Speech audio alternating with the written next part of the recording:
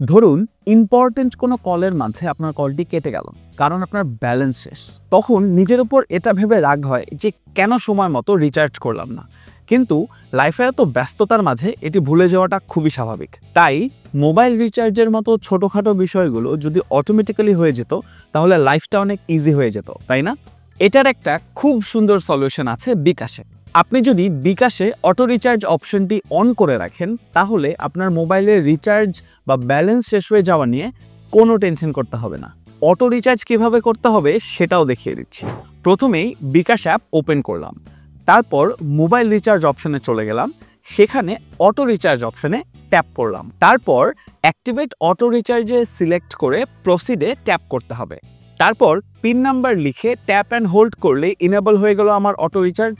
এখন থেকে 10 টাকা বা তার কম থাকলেই আমার ফোনে অটো রিচার্জ হয়ে যাবে।